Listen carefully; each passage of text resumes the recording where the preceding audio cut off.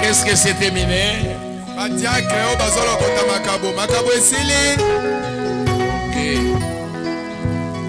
Je commence maintenant par la cérémonie. Je voudrais que tout le monde comprenne.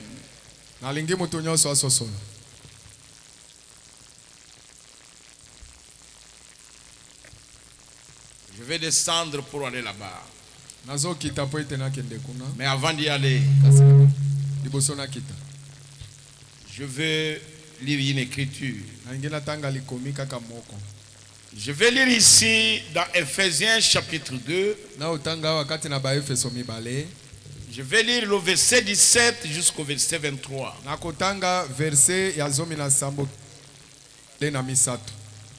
Je vais y aller. Afin que le Dieu de notre Seigneur Jésus-Christ, le Père de gloire,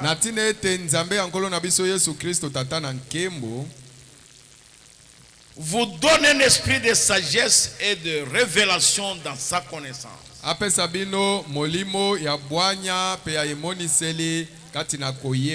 Et qu'il illumine les yeux de votre cœur.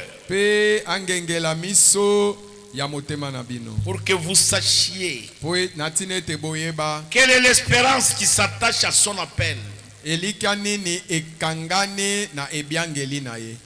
Quelle est la richesse de la gloire de son héritage qu'il réserve aux saints.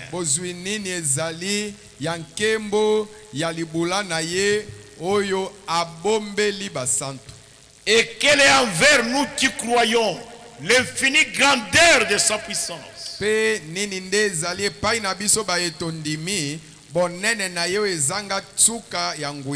Se manifestant avec efficacité par la vertu de sa force.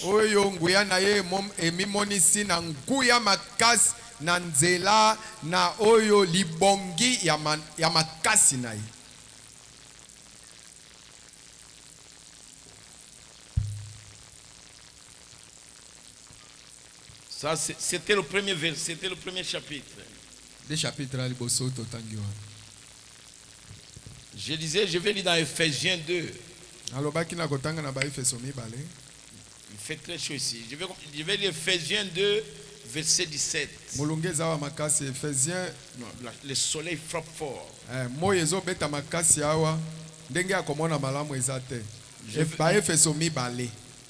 Ok. Verset 17 à 22. Il est venu annoncer la paix à vous qui étiez loin. Et la paix à ceux qui étaient près.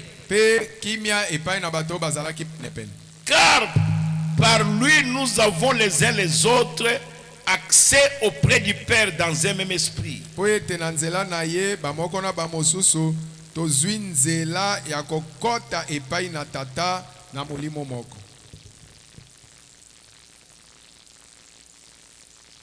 Ainsi donc, vous n'êtes plus des étrangers, ni des gens du dehors, mais vous êtes concitoyens des saints, gens de la maison de Dieu.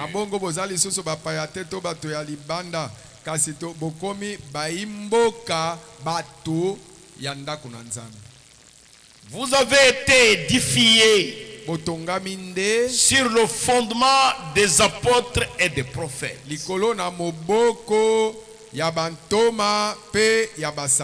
Jésus-Christ lui-même étant la pierre angulaire. En lui, tout l'édifice bien coordonné s'élève pour être un temple saint dans le Seigneur.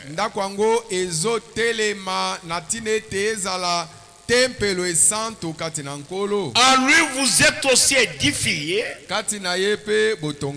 pour être une habitation de Dieu en esprit.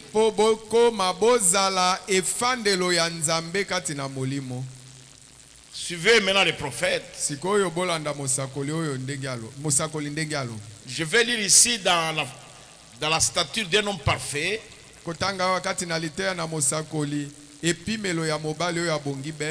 Paragraphe 172.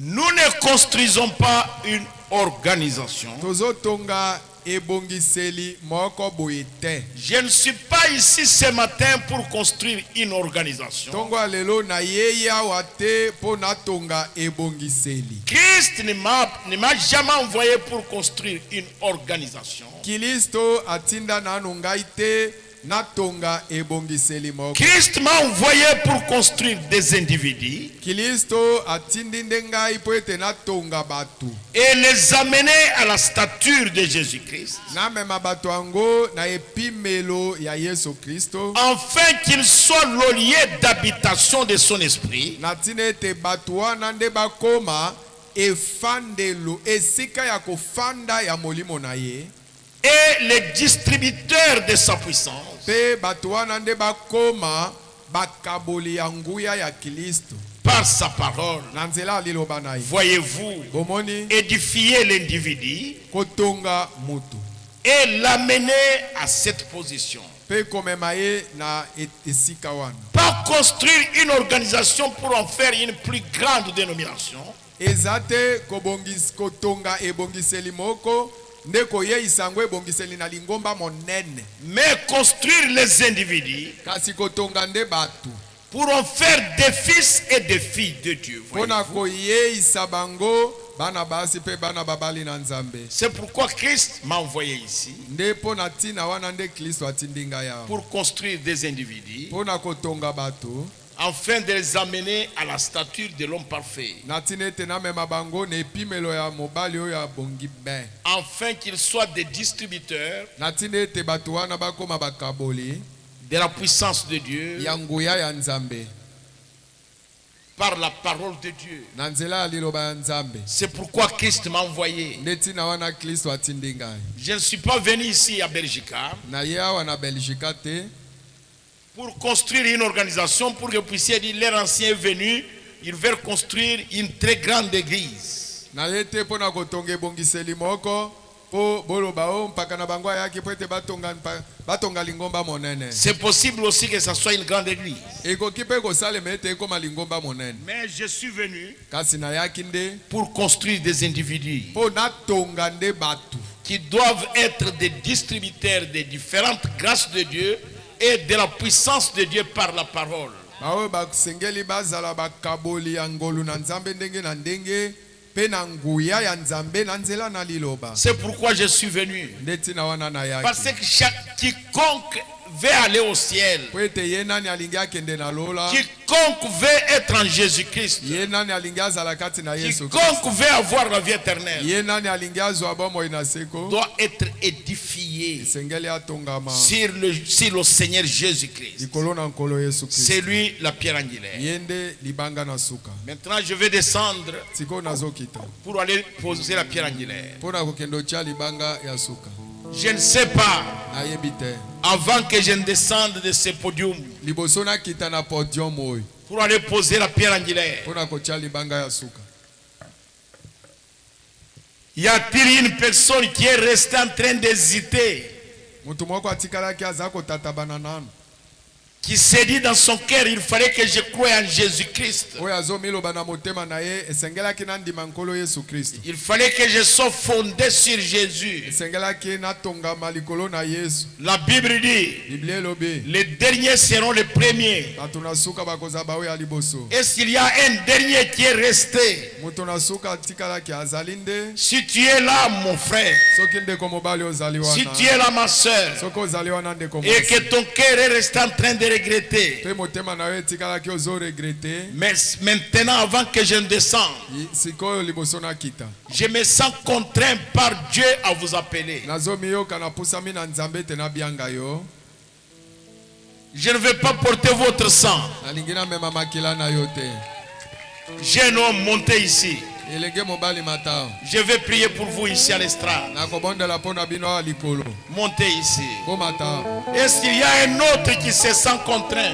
Mosusu oyo azomiyoka ete apusami na makasi azali. Regardez devant. botala nde liboso. Si toi tu étais resté, courez, venez. Soki otikalaki potamba nguyaka. Ce n'est pas moi qui vous appelle maintenant. Ngai nde nazobianga yo sikoyo te. Je me suis senti poussé par Dieu à vous appeler. Na miyokaki na pusami na nzambe na benga yo. Même vous qui êtes là chez vous dans la maison. Ata yoyo oza kuna pano na ndako. Ici où je suis, Awo epai nazali awa. il fait très chaud. Moyo eza makasi. Mais Kasi. Dieu m'a retenu pour vous. Nzambe atelemisi susu nga po na yo. Si toi aussi tu veux venir Soki yo po lingi oya. et que vous vous sentez poussé par le Saint-Esprit, Pe oyoki ete molimo mosanto apusi yo. sortez de là où vous êtes, maman. Bime siko ozali mama. Sortez là où vous êtes, papa. Bime siko ozali papa. Ce n'est pas moi qui vous appelle maintenant. Ngai nde nazo benga yo siko te. Je me suis senti poussé par Dieu à le faire. Na miyokaki molimo nzambe apusi ngai te na sala bongo. La patience de Dieu, Motema mulai ya nzambe. c'est pour que vous soyez sauvés. Tina nango ezali ete yo obikisam. La Bible dit la patience de Dieu, Biblia elobi boye. Motema mulai ya nzambe. c'est pour qu'aucun ne périsse. Ezali po ete moto ata moko abunga te. Je vous appelle. Ngai oyo nazo bianga bino. Je me suis senti poussé par Dieu à vous appeler. Na miyokaki na pusami na nzambe na bianga bino boye. Vous pouvez quitter ici avec le mépris dans votre cœur. Okobima awa na kochola na motema na yo. Vous allez quitter avec la malédiction. Okobima na mabila keli mabeli ko. Mais Dieu, Kasi nzambe. dans son amour, Na bolingo na ye. m'a poussé à vous appeler Apusi ngai ete na bianga yo. pour que vous ne mouriez pas dans les péchés. Po yo okufa kati na masumu na yo te. Dieu est venu jusqu'ici pour vous chercher. Nzambe ayeti awa kaka koluka yo.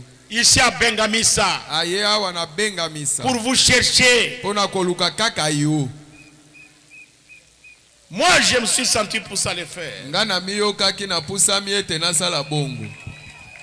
Je sentais dans mon cœur Na yokaki ango na motema nanga. qu'il doit y avoir encore quelques enfants de Dieu. Ete poko bana na nzambe bakoki kozala na ino lisusu. Le diable, Ana. le diable ne peut retenir que ses propres enfants. Diabolo kangisa bobele baoya ye ana. Mais les enfants de Dieu, Kasi ba le diable ne peut pas les retenir. Diabolo akokoka kokangisa bango te. Si quelqu'un est enfant de Dieu Soki mutu aza mwana na nzambe et qu'il a besoin de la vie éternelle, pe aza na posa azwa bomoi na seko. au nom de Jésus-Christ, Na kombo ya Yesu Kristo. sortez là où vous êtes Yo bime siko ozali et venez recevoir la vie. pe akozwa bomoi. C'est Jésus qui les appelle. Yesu ndazo bianga bango. C'est Jésus. Ezali Yesu yende azali ko bianga bango. C'est seulement le Seigneur Jésus Ezali bobele nkolo Yesu. qui les appelle. Ndazo bianga bango. Pas moi. Ngai te. Moi, je suis un homme.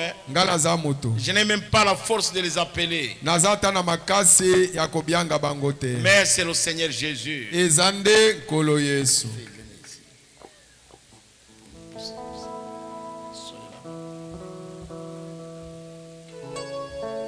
C'est Jésus qui les a appelés. Yesu nde abengi bango. Pas moi. Ngai te. Et c'est même Jésus-là, Yesu ango moko wana. il vous appelle vous aussi. Azo benga pe yo. Croyez-vous que Jésus est libérateur? Bondimi ete Yesu aza mokangoli. Combien croient ça? Bato boni bandimi yango. Applaudissez le Seigneur Jésus. Tobetela nkolo Yesu mabuku. Mettez-vous debout, dites gloire à Dieu. Botele mabolo bakembo na nzambe. Jésus est ici. Yesu azali awo. Cette grande pierre angulaire, Libanga monene na motuya oyo. cette pierre de salut, Oyo mo libanga na lobiko oyo. cette pierre de la vie éternelle, Libanga ya bombo ina seko oyo. elle est ici. Ezali awo. Et c'est lui qui vous appelle. Azali awa pe yenda zo bianga yo. Dernier appel. Kobenga na ngai ya suka. Je vous ai dit, la Bible dit, Na lobi na bino ete Biblia lobi boy. les premiers Bato na liboso seront les derniers. bakokoma bato asuka. Et les derniers Pe bato asuka seront les premiers. bango nde bakokoma bato ya liboso. Je ne sais pas. Nayebi te. Est-ce qu'il y a encore un dernier qui est resté, qui peut courir Moto asuka oyo atikalaki akokopota mbango azali avant que je prie? liboso na bonde.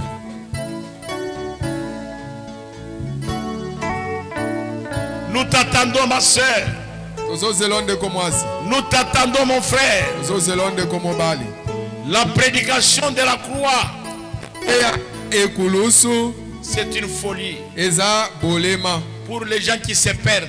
mpo na bato oyo bazokende kobunga Mais c'est une grâce de Dieu kasi eza ngolo ya nzambe pour les gens qui sont sauvés. mpo na baye babikisami Ces gens, bato oyo omoni awo ces hommes et ces femmes, basi oyo na babali oyo ils veulent recevoir la vie éternelle. balingi bazwa bomoi na Ils veulent s'appuyer sur Jésus. balingi bayekama na bango likolo na yesu Y a-t-il encore une autre personne? moto mosusu anu nde Dieu m'a envoyé ici nzambe atindaki ngai awa pour construire des individus.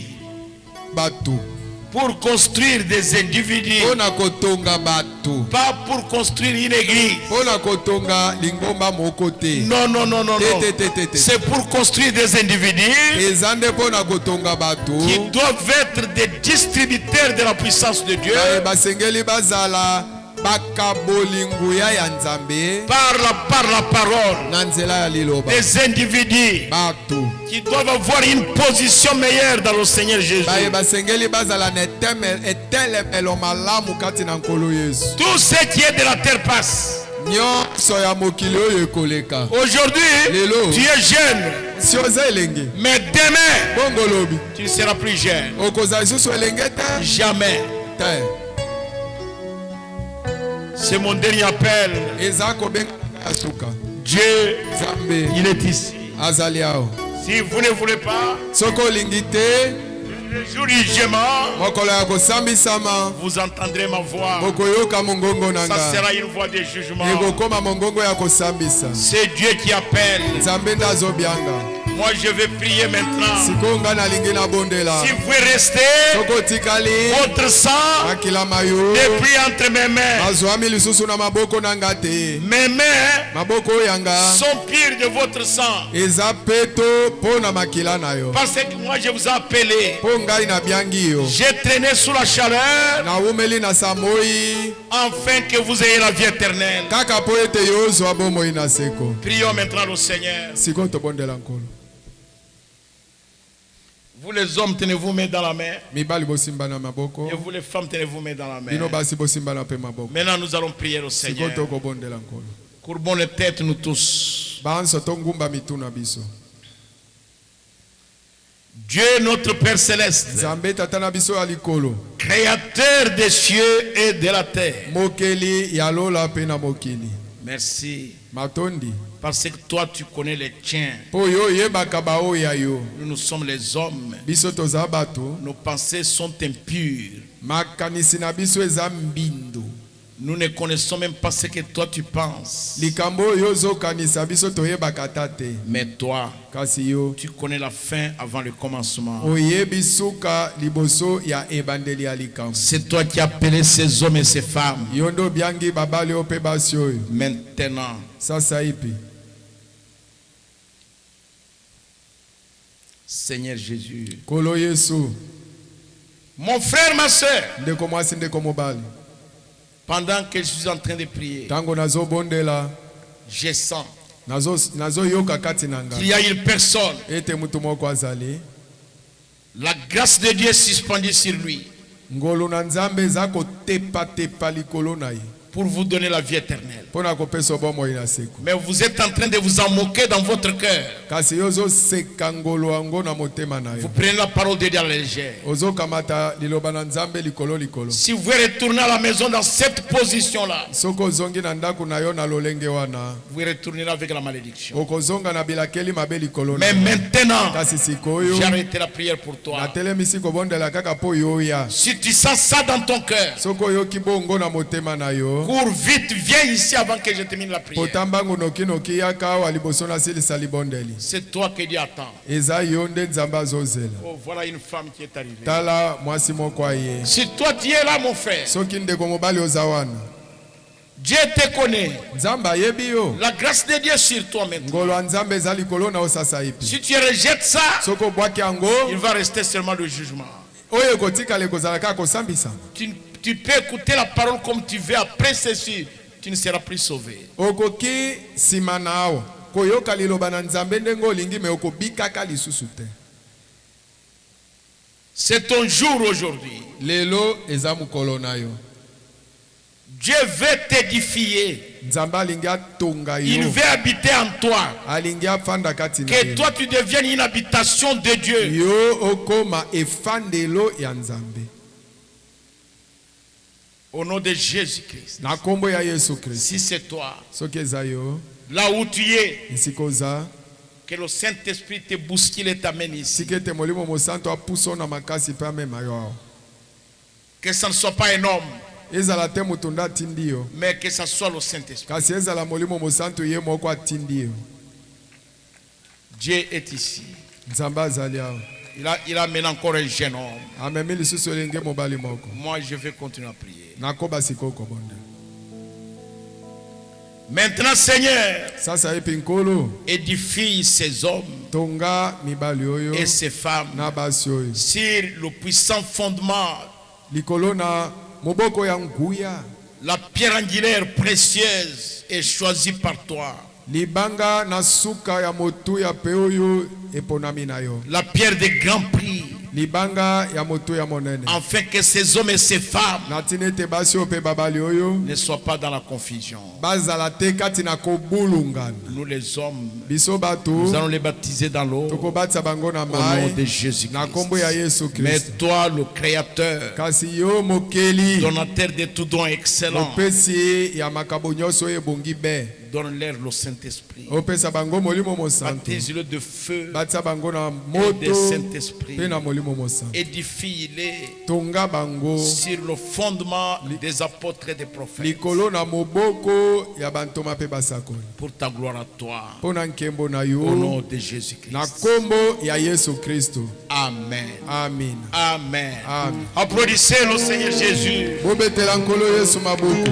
Président Towa, Président Doha, prenez mes frères et mes sœurs. kamata bandeko nanga babali oyo na basi Merci. kende na bango. Que Dieu vous bénisse.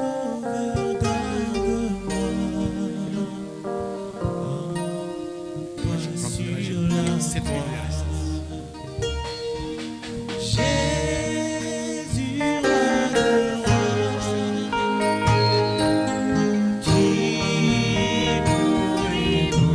Pasteur Nommé est déjà là. C'est vrai. Nous allons partir maintenant avec tous les serviteurs de Dieu Tokokende sikoyo na basala nzambe banso. et tous les fils et les filles de Dieu. Na bana babali pe basi ya nzambe. Nous serons devant avec les serviteurs de Dieu. Tokozala liboso na basali na nzambe. Nous allons poser la pierre angulaire Tokokende otia libanga ya suka. afin de terminer notre cérémonie de ce matin. Na tina ete tosilisa molulu na biso ya tongo ya lelo. Amen.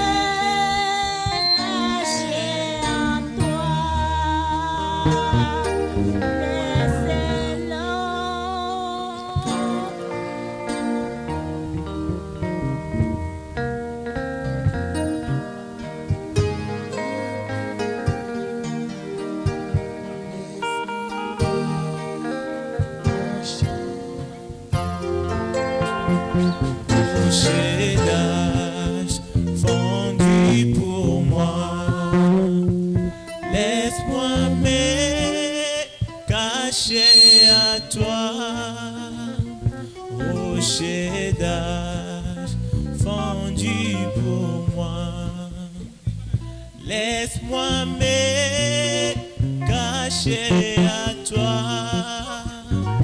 Laissez l'eau avec le sang qui coulait, mais mon sauveur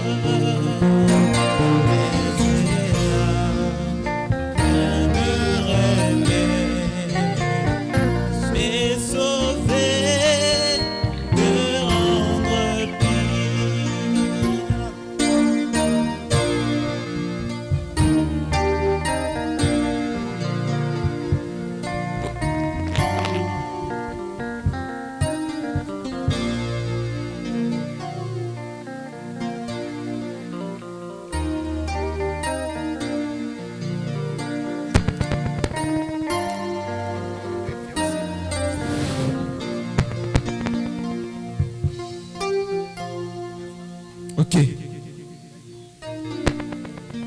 Ok. La musique s'arrête. Et la musique. Ok. Ok. Ok. Que la musique s'arrête. Ok. Toute autre musique et laissez-nous. Papi, allez couper la musique.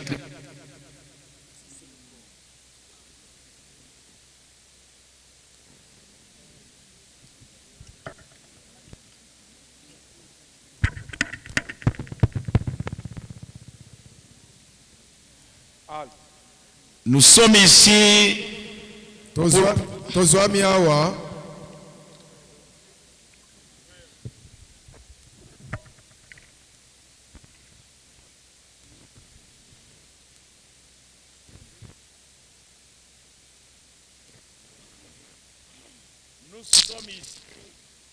pour pouvoir poser la pierre angulaire. tozali awa po ete totia libanga ya kobandisa botongi.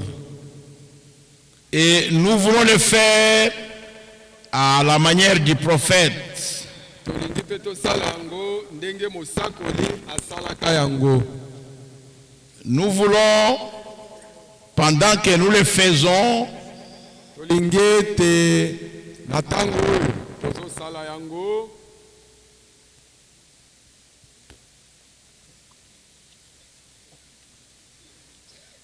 que cela puisse vous inspirer aussi. yango epemela pe bino elakisa bino. Afin que dans l'avenir, Na ntina ete na mikolo mikoya que vous puissiez faire la même chose. bino pe bosalaka ndenge moko.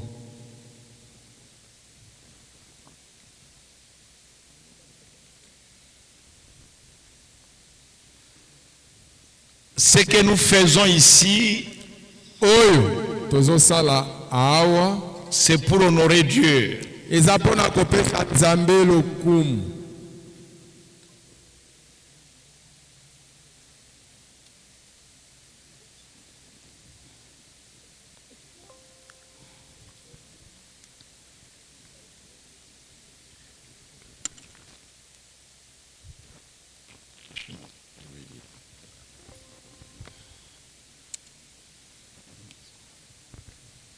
Nous voulons lire dans la prédication du prophète Ngi totanga kati na liteya ya mosakoli imitation de komekola bokristo.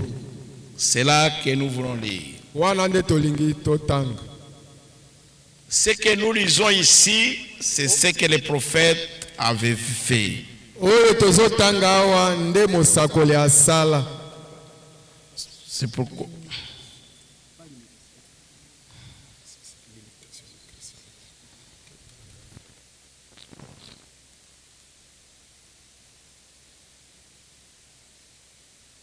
C'est la raison pour laquelle nous ici. Tina wana nde tozoumela awa.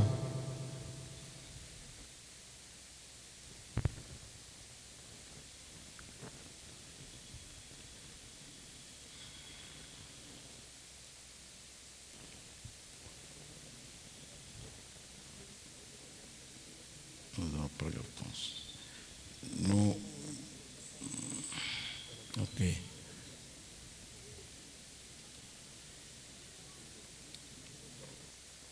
Nous voulons lire la prédication du prophète. Tolingi totanga liteya ya mosakoli komekola bokristo. Liteya ya mosakoli 33. tozobanda na paragraphe nango ya tukumi satu na misatu. Et alors la vie m'est revenue à l'esprit où j'ai posé la pierre angulaire. Na bongo emono yango eyei na mutu na ngai mokolo oyo natiaki libanga ya kobandisa botongi. En revenant chez nous, j'ai cité cela à mon épouse. Na kozongaka epai na biso na bandaki kozongela to koloba yango na mwasi na ngai. J'ai cité cela à mon épouse. Na bandaki koloba yango na mwasi na ngai. Combien se rappelle de la vision Bato bote bakanisaki emono wana.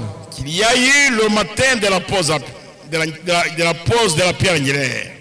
Emono oyo emonanaki na tongo ya mokolo oyo totiaki libanga ya kobandisa botongi. Elle est là dans la pierre angulaire en ce moment, il y a 23 ans de cela. Emono yango etiami wana eza wana esi eleki sikoyo mibutuku mibale na misatu efandi kati na esika totiaki libanga ya suka. J'étais juste de l'autre côté de la rue ici. Nazalaki na ngambo mosusu ya ebale. Je venais de me réveiller.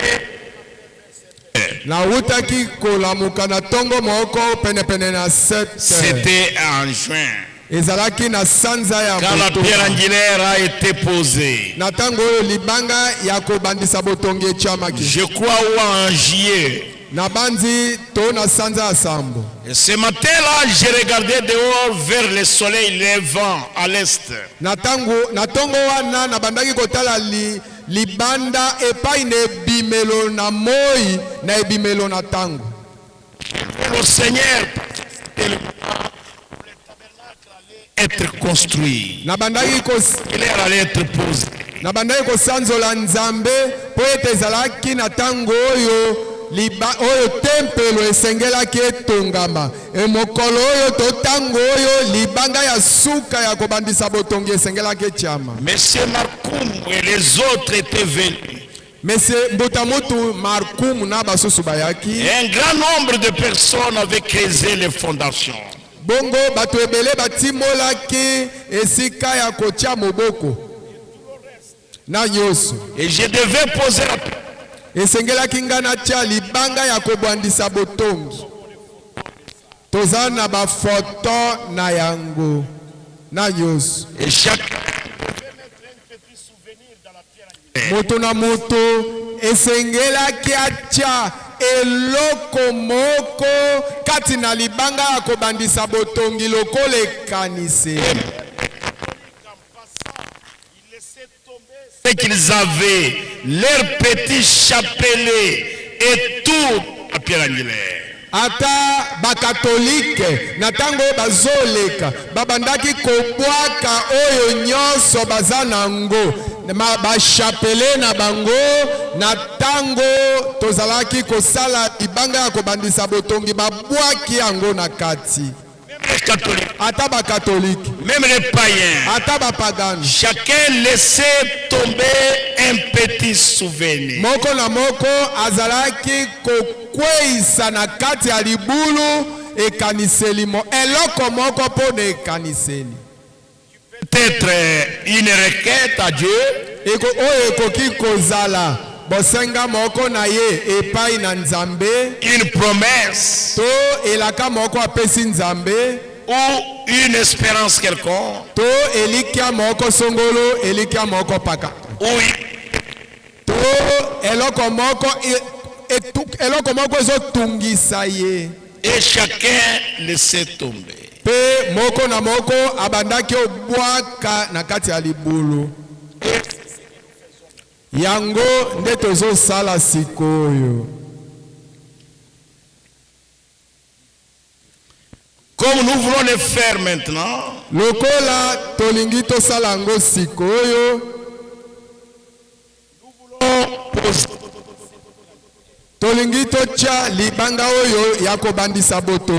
et nous voulons mettre ça dans les socles que l'ingénieur a construit ici. Tolingi totia yango na kwa na akipoka kubanda.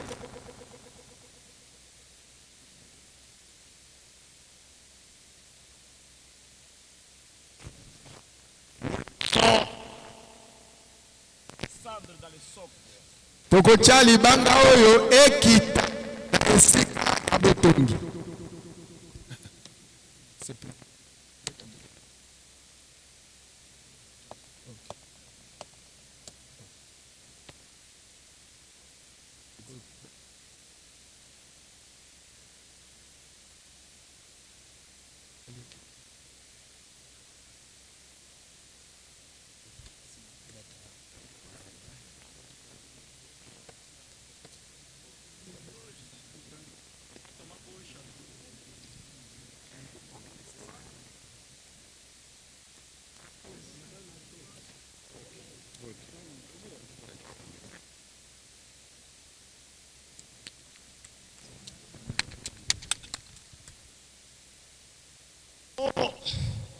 Où est la Bible? Posez cette pierre angulaire. totie libanga oyo ya kobandisa Pierre angulaire sur tozotia libanga oyo ya kobandisa botongili ici à Nissi Tabernacle. kolobaka tabernacle. La Bible entière y sera prêchée. Biblia mobimba ekote lingombo oyo. C'est que cette Bible est la révélation entière du Seigneur Jésus-Christ. po ete Biblia oyo ezali emoniseli mobimba ya nkolo Yesu. Et cette Bible, Pe Biblia oyo c'est Dieu sous forme de l'écriture. nzambe na lolenge ya makomi. Le même Dieu qui était descendu à la Pentecôte, nzambe bobele moko ya kitaka na ntango akitela c'est lui qui est descendu. ye nde akiti Et il s'est distribué sous forme d'écriture. mpe amikabolaki na lolenge ya makomi. Hein? tala ntina na ntongo ya lelo Dans la fondation, là où nous avons mis la pierre angulaire pour construire ici tabernacle, na kati na moboko esika totie libanga ya kobandisa botongi mpo na kotonga Nisi tabernacle. nous y mettons la Bible tout entière. tozotia Biblia mobimba Pour montrer que nous sommes fondés sur le fondement des prophètes et des apôtres, Jésus-Christ étant la pierre angulaire. mpo na kolakisa ete totongami likolo na masakoli na bantoma mpe na basakoli Yesu Kristu ye moko libanga ya suka. J'aimais cette Bible na libanga ya kobandisa boto dans la fondation. kati na moboko ya lingomba. D'avoir mis la Bible, nsima na kotia Biblia j'ai ici le message prophète William Marion Branham. na maboko na ngai sango mobimba ya mosakoli na tango William Marion Branham. Dans la fondation de cette église. na chepe sango yango na kati ya libulu ya kobandisa botongi ya lingombo. Clairement kolakisaka polele que dans cette église, ete kati na eklesia oyo on va y prêcher le plein évangile du temps de la fin.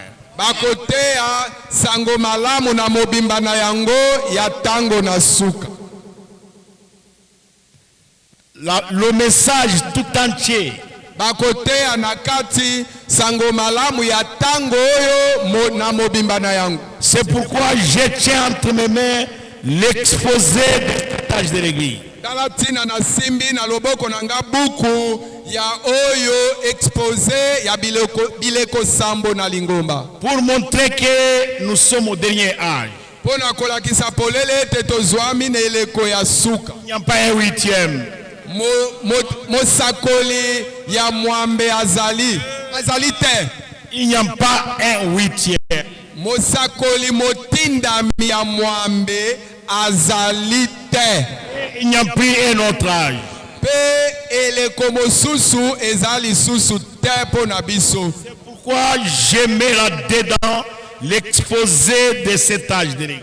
tala ntina na tie na kati expose to buku ya bileko sambo ya lingomba. Entre mes mains, la révélation de cette sceau. na simbi na maboko na emoniseli ya bilembo sambo. Je ne tiens pas la révélation de six sceaux. na simbi na maboko na nga te emoniseli bilembo motoba. Je tiens la na simbi nde na maboko na emoniseli bilembo sambo. dans l'exposé, Pe mosakoli abandaki koteya buku ya expose ya bileko sambo. sans confirmé.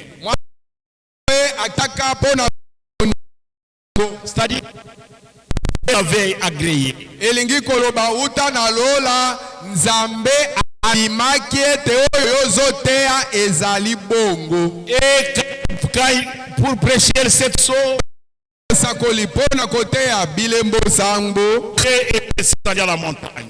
nzambe akitaka na ngomba. 28 février 1960.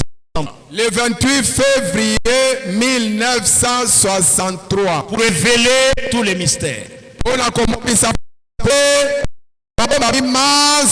Pour montrer à Nissi Tabernacle et à tous ceux qui viendront dans cette pays.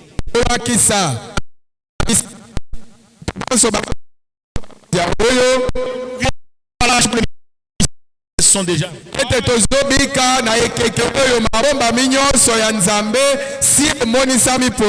Tous ceux qui avaient été laissés en suspense par les formateurs.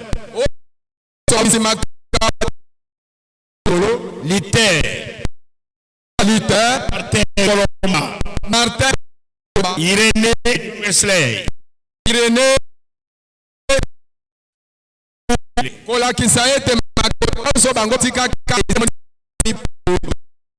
Fait de l'âge de la fin, William Marion Branham.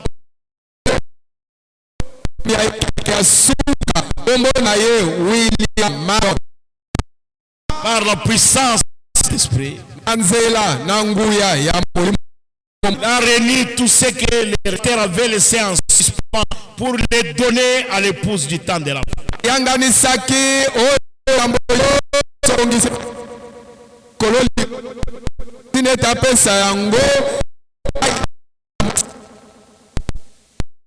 Et c'est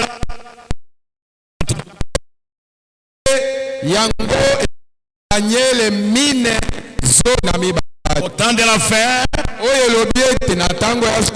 la connaissance augmentera. C'est pourquoi nous souhaitons aussi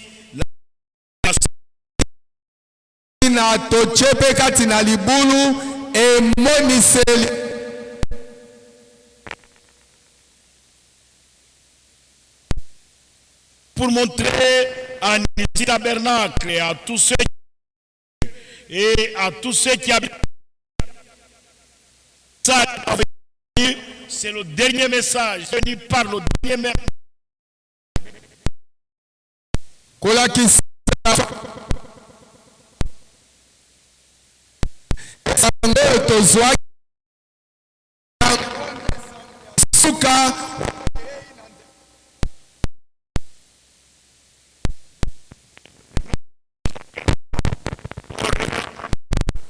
À mettre son souvenir dans la fondation. Acha abwa kati na libulu oyo isaye.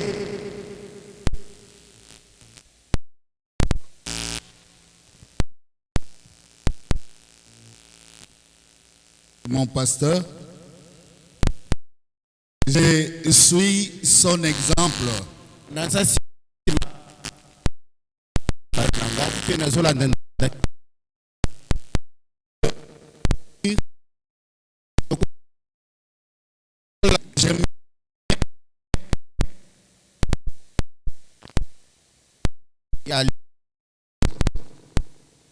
Une prédication du prophète intitulée Et son propre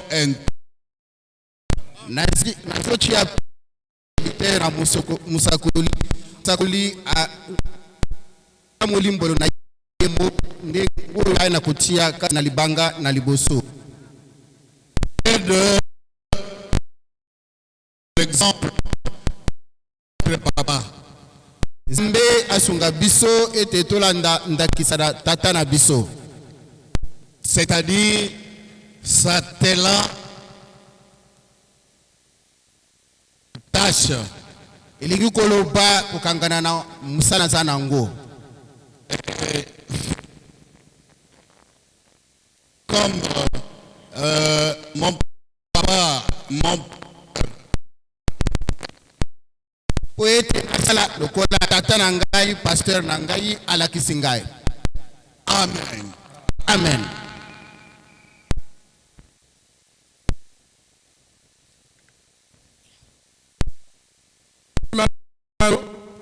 Aux invités aussi l'épouse du pasteur Alana. Soki moasi ya mobateli azali miseli na ye aya abwaka ngo kati na libulu.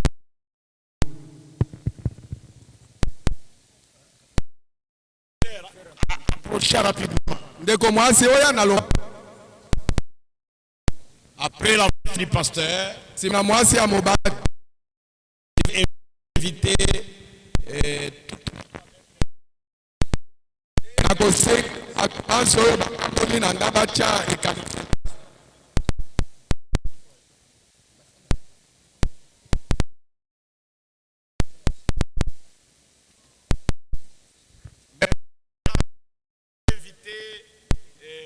toute à mettre les souvenirs. Si vous allez venir. ma nde nsima bokoyana si oyo ezali ntango na bwaka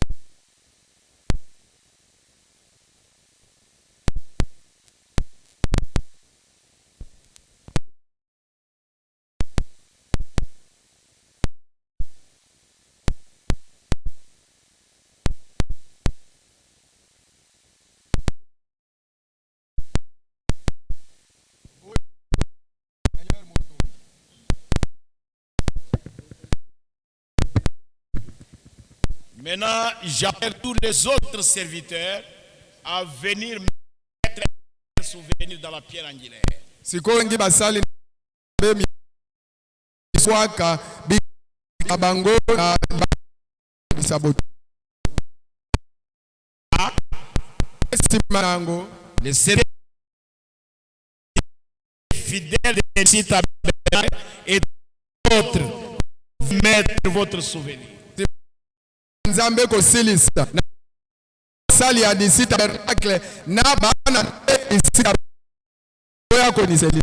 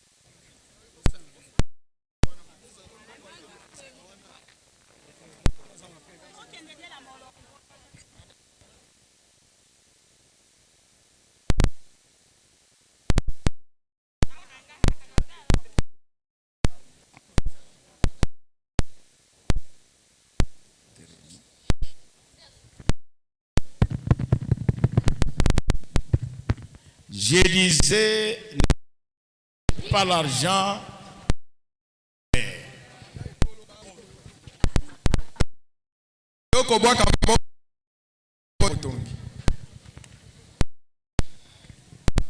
jeter un autre souvenir, pas l'argent. Que ce soit un autre.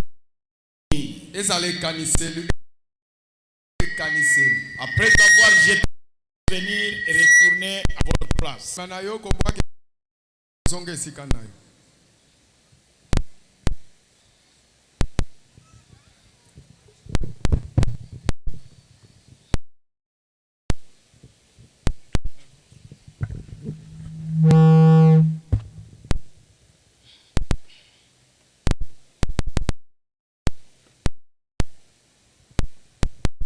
Retournez à votre place. Faites déjà votre signe. silisi kobwaka ekaniseli na yo na libanga ya kobasika na yo. Qu'on attend. Tozozela po tosilisa.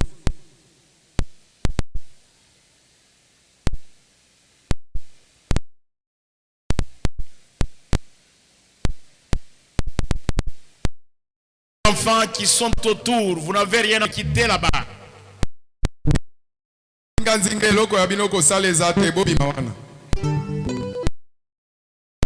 Si tout le monde a gardé son souvenir, il est revenu à sa place. Laissez le constructeur, tout le monde à sa place.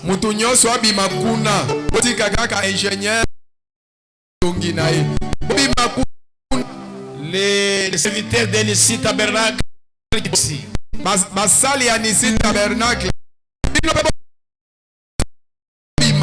Laissez l'ingénieur avec ses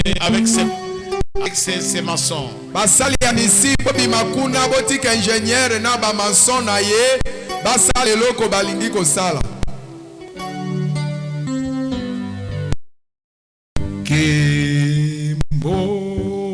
Ye, alléluia.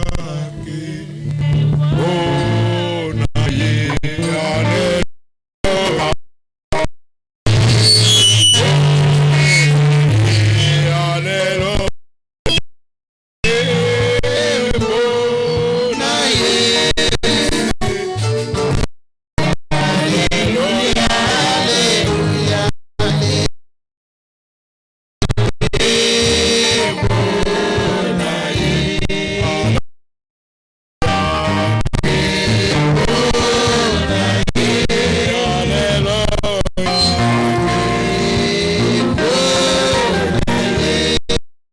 Alléluia.